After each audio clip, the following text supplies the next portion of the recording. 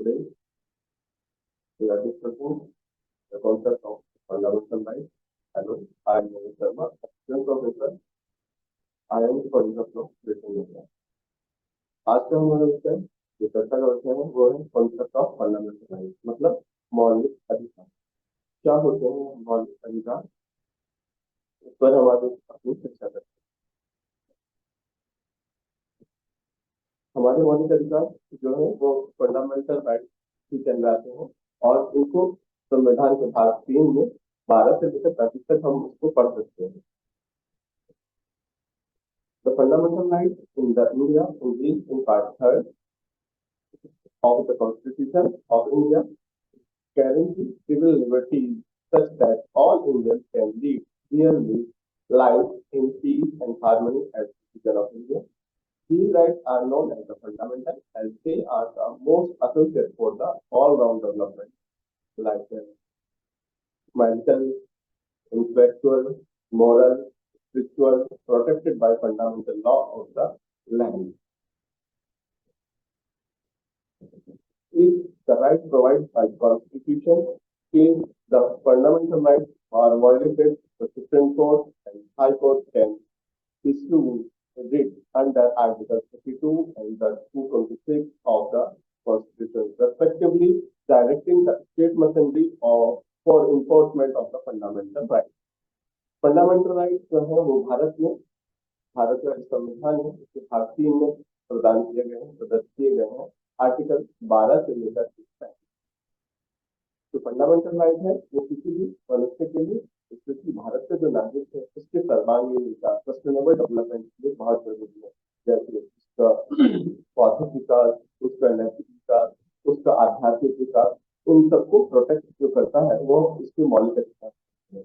यदि मौलिक अधिकारों का वायलेशन होता है तो उसके लिए सुप्रीम कोर्ट और हाई कोर्ट के द्वारा रिट पिटीशन जारी की जाती है, रिट के रूप में उपचार उपलब्ध कराया जाता है। सुप्रीम कोर्ट में आर्टिकल 32 और हाई कोर्ट के अंतर्गत 226 के अंतर्गत रिट पिटीशन फाइल कर सकते हो यदि फंडामेंटल राइट का वायलेशन होता है।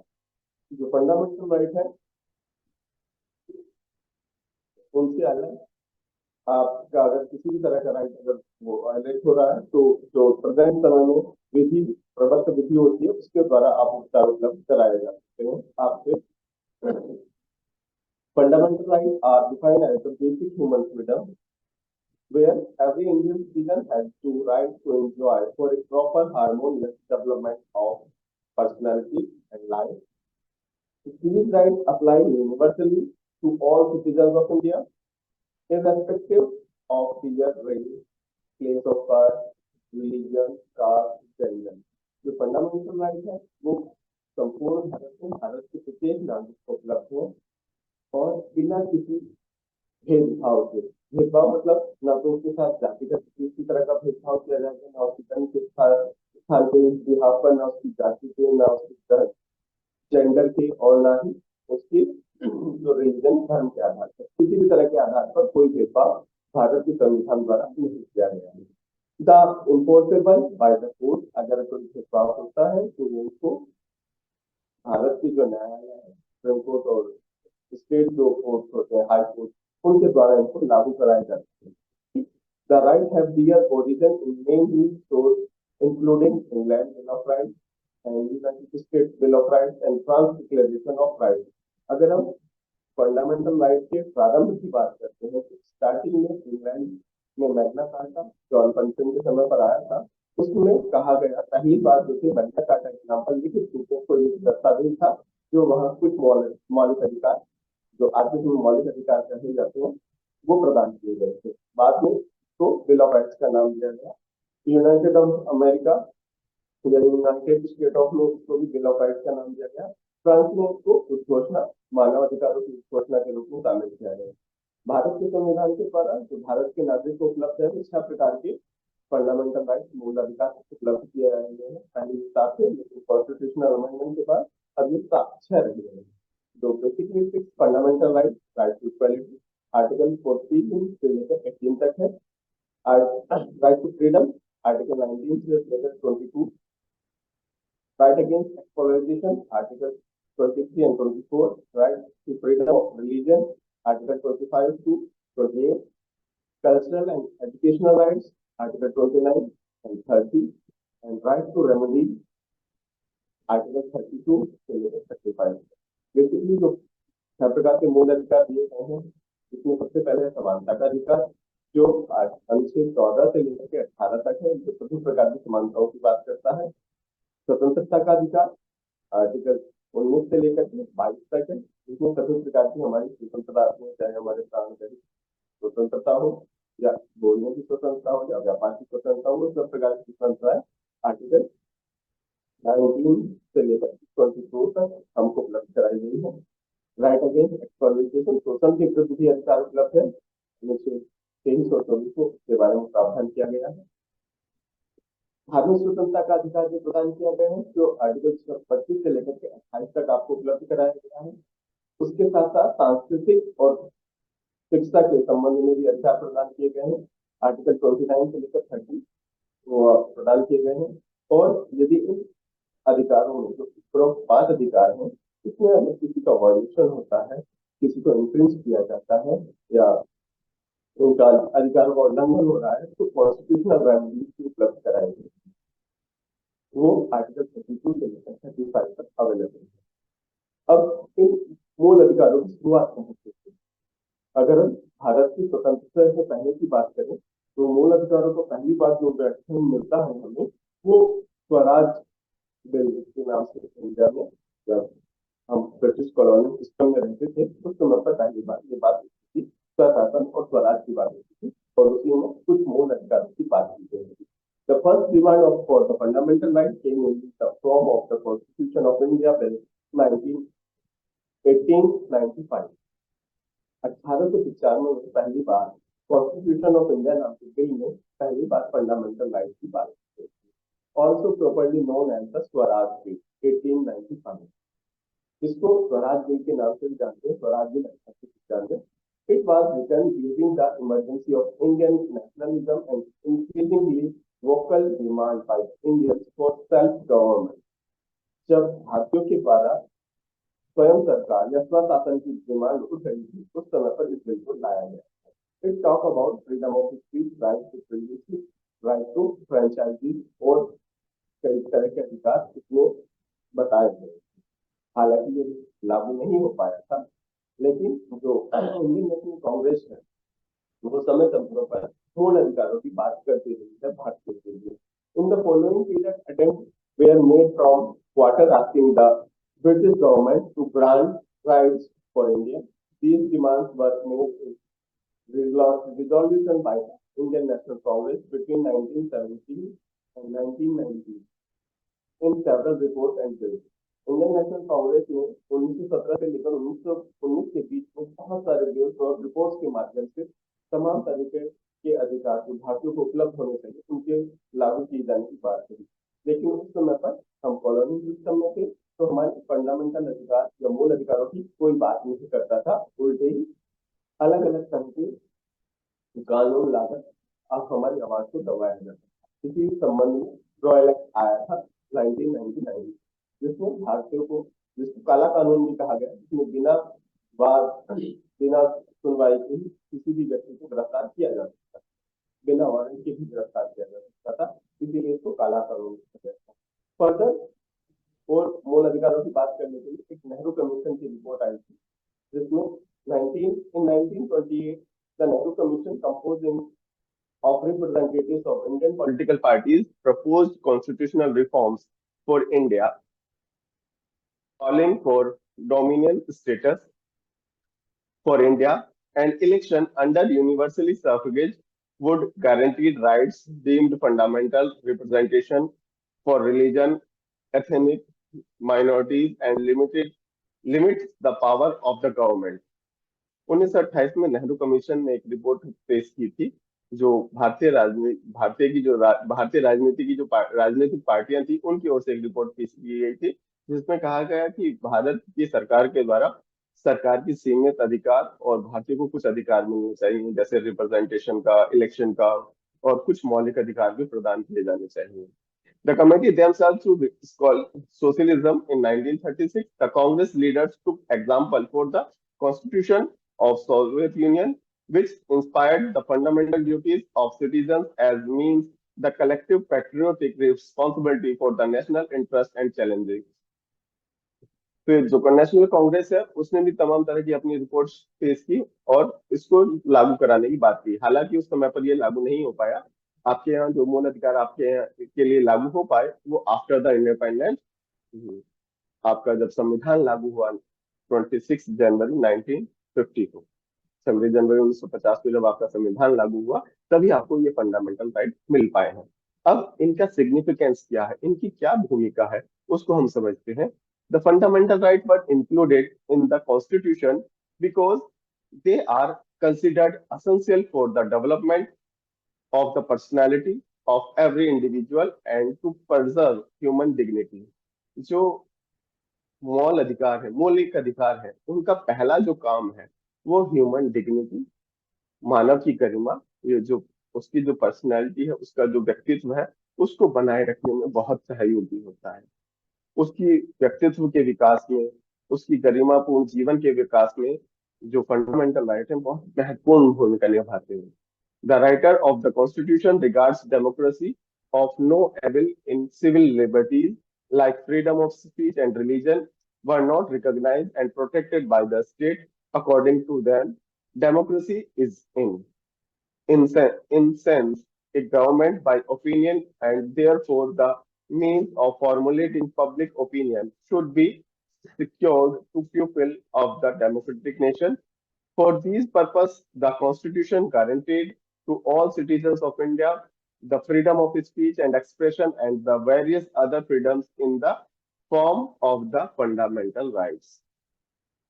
हमारे जो संविधान निर्माता थे या संविधान के लेखक थे, उनका मानना जो था, लोकतंत्र में ये सारी चीजें विद्यमान होती है। उनको किसी अलग से स्टेट से, राज्य से मांगने की जरूरत नहीं होती। अगर हम लोकतंत्र को अच्छे से प्रभावी करेंगे तो लोकतंत्र में ही धर्म, व्यक्ति और उसकी जो अभिव्यक्ति की स्वतंत्रता है वो वैसे ही विराजमान होती है। All people, irrespective of race, religion, caste, and gender, have been given the right to petition the Supreme Court or the High Court for the enforcement their fundamental rights. It is necessary that the aggrieved party has to be the one to do so।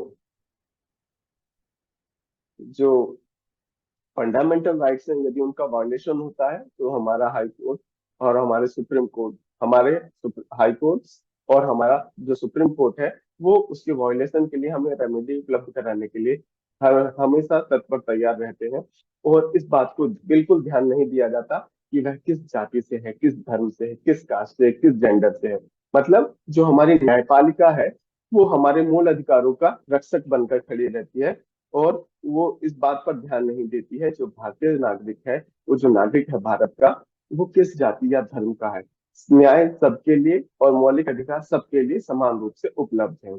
अगर कोई व्यक्ति जो गरीबी के कारण न्याय पाने का अधिकार नहीं रख पा रहा है या न्याय नहीं पा सकता है, तो कोई अन्य व्यक्ति पब्लिक इंटरेस्ट लिटिगेशन के माध्यम से, लोकहित के माध्यम से, लोकहितवाद के माध्यम से दूसरे व्यक्ति के द्वारा भी उस गरीब व्यक्ति को न्याय उपलब्ध कराया जा सकता है।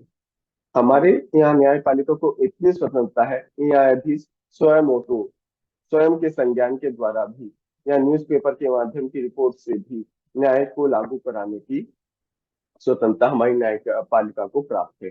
These fundamental rights help not only in protection but also prevent of gross violation of human rights. The emphasis on the fundamental unity of India by guaranteeing to all citizens the access and use of the same facilities irrespective of background. Some fundamental rights apply for the person of any nationality, whereas others are available on to the citizen of India। जो भारत के नागरिक हैं या अन्य देश के भी नागरिक हैं, उनके लिए भी कुछ मौलिक अधिकार हमारे यहाँ उपलब्ध हैं, इररेस्पेक्टिव वो किस देश के नागरिक हैं। लेकिन कुछ मौलिक अधिकार जो पर्सन को मिले हुए हैं वो सभी पर समान रूप से लागू होते हैं, चाहे वो भारत का नागरिक हो या ना हो। और जब हम अभी तक मौलिक अधिकारों की बात कर रहे हैं तो मौलिक अधिकार हमें किसके अगेंस्ट मिले हुए हैं? स्टेट के। जो स्टेट है उसको आर्टिकल 12 में डिफाइन किया गया है कि स्टेट होता क्या है। उस पर थोड़ी सी चर्चा कर लेते हैं। Fundamental right provide to the citizen are claimed against the state at it instrumentalities and not against the private bodies. जो फंडामेंटल राइट्स हैं वो हमें स्टेट के अगेंस्ट मिले हुए हैं। स्टेट को ऐसी कोई सी पॉलिसी भी बनाने का अधिकार नहीं है जो हमारे फंडामेंटल राइट का वायलेशन कर रही होगी। ठीक है। जो प्राइवेट पर्सन है या प्राइवेट एजेंसीज है उनके अगेंस्ट हमें फंडामेंटल राइट का अधिकार वो नहीं मिला हुआ होता। अगर किसी प्राइवेट पर्सन ने कोई एक्ट किया है तो उसके लिए हमारे अदर लॉज होते हैं जो हमें प्रोटेक्ट करते हैं। आर्टिकल 12 हमें बताता है कि टर्म जो स्टेट है उसका क्या मतलब है, what is the meaning of the state. Article 12 give the extend significance to the term state. It is very important to determine what bodies fall under the definition of the state as to determine on whom the responsibility has to be placed। Article 12 ने बताया है कि राज्य का क्या अर्थ है, उसका क्या मीनिंग है। इसका मतलब क्या होगा कि रिस्पॉन्सिबिलिटी, जिम्मेदारी किसकी रहेगी। आर्टिकल 12 हमें बताता है यदि फंडामेंटल राइट का वायलेशन हो रहा है किसी गवर्नमेंट इंस्टीट्यूशन द्वारा या स्टेट गवर्नमेंट या मशीनरी द्वारा, तो वहां पर लाइबिलिटी किस पर इम्पोज की जाएगी।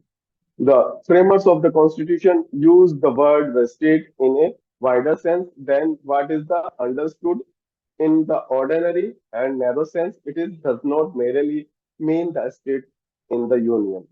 The word includes the article shows that the definition is not exhaustive, and through judicial interpretation, the court has widened the scope of the article way beyond what even the framers of the Article 12 may have had in mind during the framing of the Constitution। Article 12 को जब हम पढ़ते हैं तो हमारे संविधान निर्माताओं ने इसको एक टेरिटरी के रूप में डिफाइन नहीं किया है और ना ही ये कहा है कि ये अपने आप में संपूर्ण है। इसको, इसका जो अर्थ है वो जुडिशरी ने समय समय पर इंटरप्रेट करके केस लॉ के माध्यम से हमको बताया है। अब हम आर्टिकल 12 की बात करते हैं तो कॉन्स्टिट्यूशन में जो हमें प्रोवाइड किया गया है उसकी डेफिनेशन, उसको एक बार देख लेते हैं। Definition in this part, unless the context otherwise required, the state includes government, Parliament of India, and the government and the legislature of each of the state and local and other authority within the territory of India or under the control of government India। जब राज्य शब्द को परिभाषित किया गया तो वो territory wise परिभाषित नहीं किया गया आर्टिकल 12 में। उसमें बताया गया है कि आर्टिकल 12 में जो स्टेट वर्ड है उसके अंतर्गत कौन आता है, गवर्नमेंट, मतलब सरकार। कौन सी सरकार, वो सेंटर और स्टेट दोनों की कोई सी भी हो सकती है। पार्लियामेंट, संसद। लेजिस्लेचर ऑफ ईच स्टेट, मतलब हमारे जो राज्यों के विधान मंडल है वो भी स्टेट के अंदर आते हैं।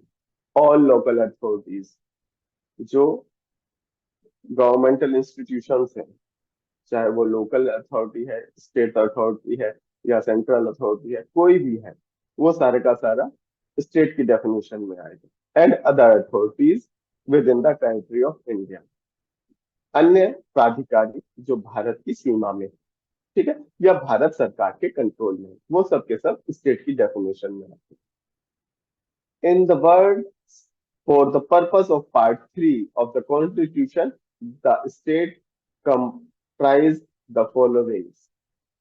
जो स्टेट है वो इसमें कंप्राइज किया गया है, government and the parliament of India, that is the executive legislature of union, government and legislature of each state, that is executive or legislature of various state of India। जब हम government और सरकार या भारत की संसद की बात करते हैं तो वहां पर एग्जीक्यूटिव और लेजिस्लेचर, मतलब हमारी कार्यपालिका और विधायिका, विधायन जो दोनों आते हैं। और जब हम गवर्नमेंट और लेजिस्लेचर ऑफ ईच स्टेट की बात करते हैं तो वहां पर भी राज्य कार्यपालिका और राज्य का विधायन या विधायिका, विधानमंडल जिसको हम बोलते हैं, वो आते हैं। All local and other authorities with in the territory of India, सभी जो लोकल और अन्य प्राधिकारी है वो सारे के सारे जो भारत की सीमा के अंतर्गत आते हैं, भारत के क्षेत्राधिकार के अंतर्गत आते हैं, वो सब के सब स्टेट की डेफिनेशन में आएंगे, स्टेट शब्द के परिभाषा के अंतर्गत आएंगे। और local and other authorities who are under the control of government of India. और लोकल और अन्य प्राधिकारी जो भारत सरकार के कंट्रोल नियंत्रण में है, वो सब भी स्टेट शब्द की परिभाषा के अंतर्गत, राज्य शब्द की परिभाषा के अंतर्गत आते हैं। लोकल अथॉरिटीज को अगर हम पढ़ना चाहें तो जनरल क्लॉजेज एक्ट 1897 है, इसके सेक्शन 3 सबसेक्शन 31 जो बताती है what is the meaning of the local authority. Local authority shell mean A municipal community, district board, body of commissioner or other authority legally entitled to or entrusted by the government within the control or management of a municipal or local funds। Local authority की definition general clauses act में दी गई है। General clauses act की धारा 3 उपधारा 31 इस बारे में बताती है कि जो लोकल अथॉरिटी है, अन्य लोकल प्राधिकारी है, उसमें आपकी म्युनिसिपल कमेटी भी आती है, डिस्ट्रिक्ट बोर्ड भी आता है, बॉडी ऑफ कमिश्नर भी आता है, और अदर लीगल अथॉरिटी जो एंटाइटल है किस चीज के लिए, गवर्नमेंट से या उसके कंट्रोल में है या उसके मैनेजमेंट में है, और वो क्या कर रहे हैं, म्युनिसिपल और लोकल फंड क्रिएट कर रहे होते हैं, वो सारे के सारे क्या है, लोकल अथॉरिटी आए। The term local authority includes following local government और विलेज पंचायत। जो लोकल गवर्नमेंट है, it means according to entry 5 of the second list of Schedule 7, local government includes municipal corporation, empowerment trust, district boards, meaning mining settlements, authorities, and other local authorities for the purpose of local self-government or village administration. Village panchayats, in the case of Ajit Singh versus State of Punjab, it was held that within the meaning of the term local authority, village panchayat is also included। ग्राम पंचायत जो होगी वो भी local authority में count की जाएगी। Ajit Singh versus Punjab राज्य के case में इस बात को कहा गया है। अब समस्या आती है, लोकल अथॉरिटी को हम समझ लेते हैं, लेकिन अन्य प्राधिकारी, इसका जो इंटरप्रिटेशन किया गया है वो केस लॉ के माध्यम से जुडिशरी द्वारा किया गया है। Test of determine the local authority in the Mohammed Yasin versus Town Area Committee. The Supreme Court held that to be characterized a local authority, an authority concerned must have a separate legal existence as a corporate body, not be a mere government agency, but must be legally independent entity, function in the defined area, be wholly or partly, directly, indirectly elected by the inhabitants of the area, enjoy the certain degree and autonomy, be entrusted by statutes with the such government function and duties are usually entrusted to locally, like health, education, water, town planning, markets, transportation, etc. Have the power to raise funds for the furtherance of its activity and fulfillment of its objective by levying tax rates, charges और fees। Mohammad Yasin versus town area committee के बाद में supreme court ने कहा कि जो local authority होगी उसका इस तरह का कैरेक्टर होना चाहिए, जैसे उसकी एक लीगली एग्जिस्टेंस होनी चाहिए कॉर्पोरेट बॉडी के रूप में, गवर्नमेंट एजेंसी के रूप में, या इंडिपेंडेंट आइडेंटिटी के रूप में। वो उसका कार्य क्षेत्र जो हो वो डिफाइन हो, वो पार्टली या संपूर्णता से, आंशिक या पूर्ण, डायरेक्टली या इनडायरेक्टली, प्रत्यक्ष या अप्रत्यक्ष रूप से इलेक्टेड हो एरिया के हिसाब से, और उसका जो इंटरेस्ट है वो इंस्टीट्यूट विधि निर्माण कर सकती है गवर्नमेंट को चलाने के लिए, और ड्यूटी इम्पोज की जा सकती है किसके संबंध में, स्वास्थ्य के संबंध में, शिक्षा के संबंध में, जल, टाउन प्लानिंग जो होती है, आपकी आवासीय व्यवस्था जो होती है, बाजार, बाजारों की व्यवस्था करने में और यातायात के साधनों में, संचार के साधनों में, ट्रांसपोर्टेशन में, इस तरह की नियम को वो बनाने में शक्ति रखती हो, नियम बनाने की शक्ति रखती हो। तो इस तरह की जो बॉडी होगी उसको हम क्या कहेंगे, लोकल अथॉरिटी कहेंगे। और उसको चलाने के लिए वो क्या कर सकती हो, चार्जेस या टैक्स या रेट फिक्स कर सकती है। अगर ये सारी क्षमताएं उसके पास होती हैं तो उसको हम लोकल अथॉरिटी काउंट करते हैं। द वर्ड अदर अथॉरिटीज, ये अदर अथॉरिटीज ही है जिसने इस आर्टिकल को इतना महत्वपूर्ण बनाया है। The term other authorities in Article 12 has now have been defined neither in the Constitution nor in the General Clauses Act 1897। जो अदर अथॉरिटी वर्ड है इसको कहीं पर भी डिफाइन नहीं किया गया, ना तो आपके कॉन्स्टिट्यूशन में डिफाइन किया गया है, ना ही जनरल क्लॉजेज एक्ट में डिफाइन किया गया है, और ना ही किसी भी भारतीय विधि में इसको डिफाइन किया गया है। बस इसको जो किया गया है, इसका जो अर्थ निकाला गया है, इसका जो अर्थान्वयन किया गया है, वो इंटरप्रिटेशन के माध्यम से किया गया है। जुडिशियल ओपिनियन है, टाइम टू टाइम इसको बताया गया है कि क्या लोकल, वो अन्य प्राधिकारी शब्द का क्या अर्थ है।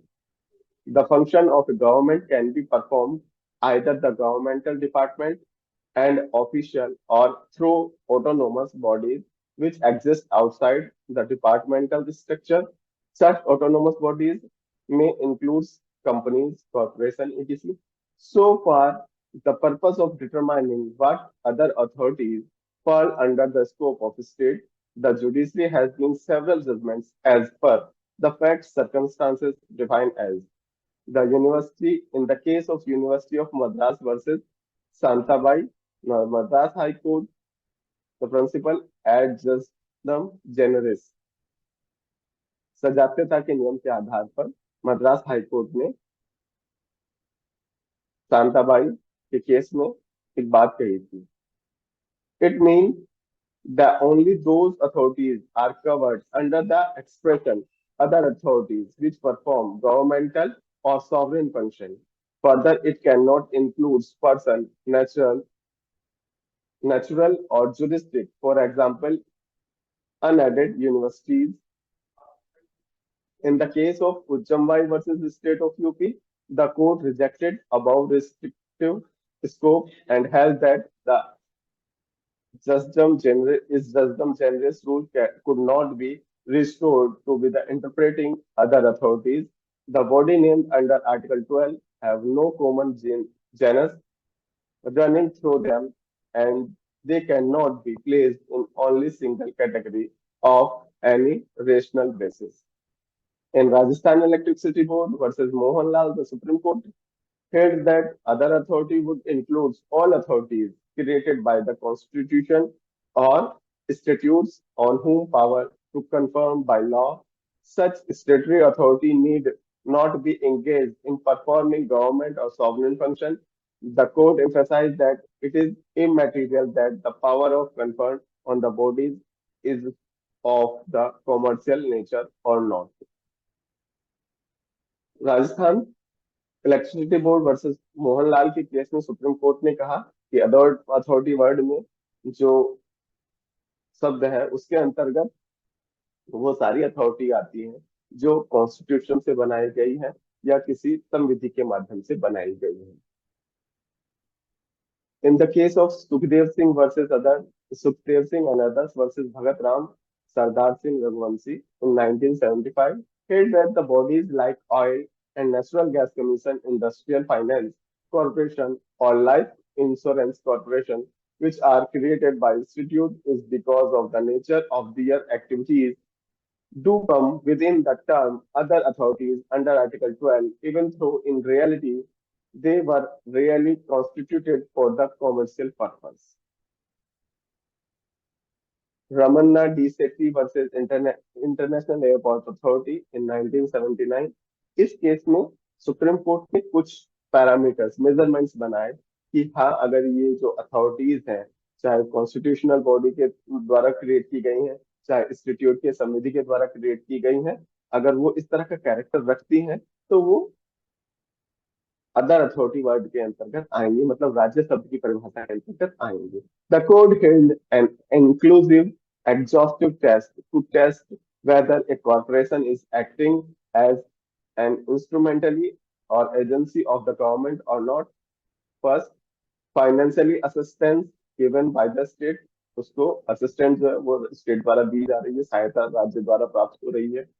Any other form of assistance given by the state, राज्य के द्वारा किसी अन्य प्रारूप में, किसी अन्य माध्यम से उसको कोई असिस्टेंस दी जा रही है धन के रूप में, तो भी वो अदर अथॉरिटी के शब्द के अंतर्गत आता है। Management and policy of the corporation is control by the state, उसका जो मैनेजमेंट है, उसकी जो पॉलिसी है, जो कॉर्पोरेशन है, वो कंट्रोल किसके द्वारा हो रहा है, स्टेट के द्वारा हो रहा है, तब भी वो अन्य अथॉरिटी शब्द के अंतर्गत आएगा। The state confirm status of monopoly to the corporation, function carried out और closely related to government function, अगर उसके जो फंक्शन है, उसकी जो कार्यप्रणाली है, वो सरकार के द्वारा या जैसे सरकार फंक्शन करती है वैसे चलती है, तो भी वो स्टेट शब्द के अंतर्गत आएगी। In other case, Ajay Hasia versus Khalid Mujib and others in 1981, इसमें भी सुप्रीम कोर्ट ने फिर से एक टेस्ट दिया। Supreme Court summarise the test for determining as the पहल the corporation can be said to be an instrumentality and agency of the government. The entry share capital of the corporation is held by the government. The financial assistance by the state. Corporation enjoys a status of monopoly confirmed by the state. Corporation under the control of the state. Function of corporation is public importance and closely related to government function. Ajay हासिया के case में भी कुछ guidelines दी गई थी, कुछ दिशा निर्देश दिए गए थे जो बताते थे कि एक कॉरपोरेशन को कब हम स्टेट, राज्य शब्द की परिभाषा, मतलब अदर अथॉरिटी, अन्य प्राधिकारी शब्द के परिभाषा के अंतर्गत हम ला सकते हैं। तो उसमें सबसे पहले बताया गया है जो उसकी एंटायर शेयर कैपिटल है, उसकी जो पूंजी है, वो किसके द्वारा होल्ड की जा रही है, गवर्नमेंट के द्वारा होल्ड की जा रही है। उसको जो फाइनेंशियल असिस्टेंस मिल रही है, उसकी जो धन की सहायता मिल रही है, वो राज्य के द्वारा प्राप्त हो रही है। या corporation enjoy A status of monopoly confirm by the state, या जो स्टेट के द्वारा उसको एक मोनोपोली दे दी गई है कॉर्पोरेशन को, तो भी वो अन्य प्राधिकारी शब्द के अंतर्गत आएगी।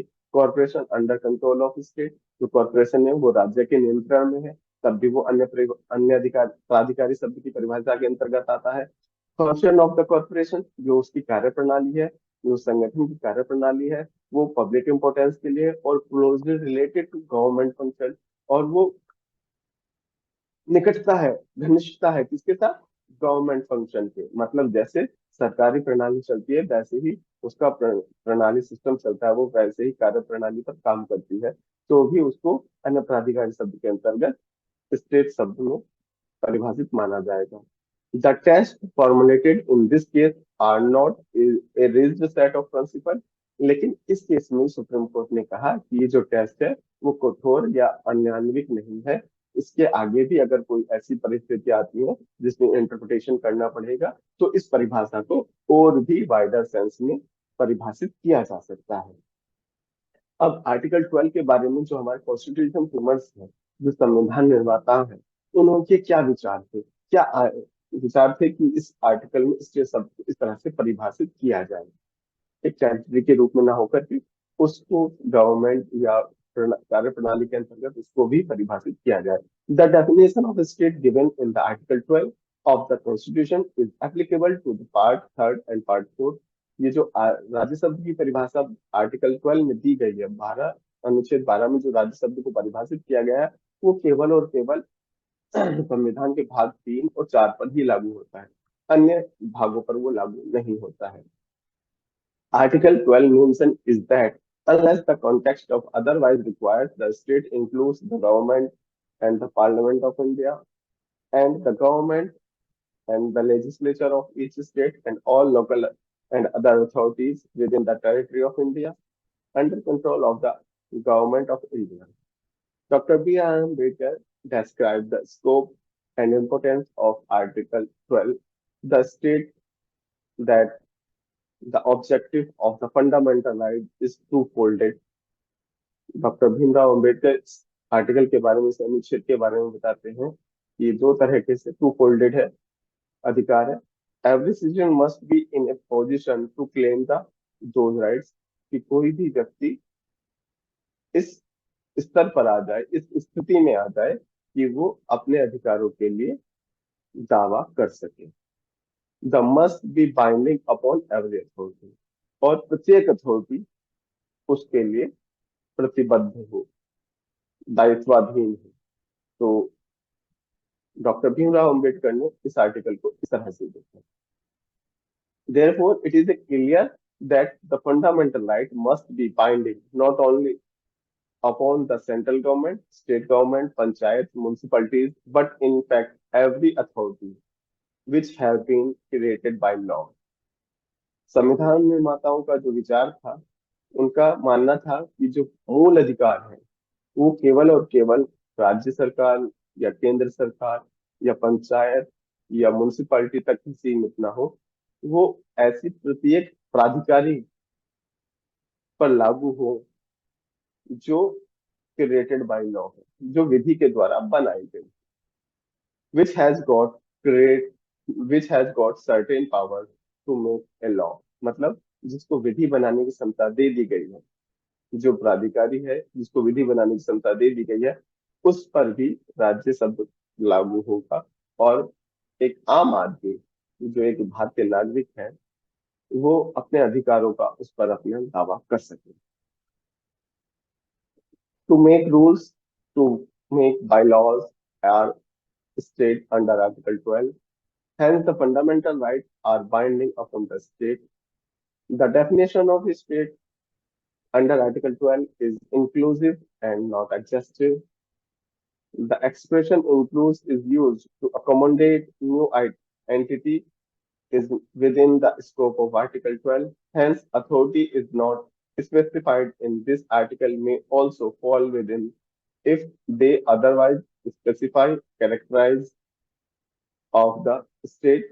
If they perform any function ordinarily performed by the government, it is clear that it is state under Article 12. Article 12 के अंतर्गत जो परिभाषा राज्य शब्द की दी गई है वो एग्जॉस्टिव, संपूर्ण नहीं है।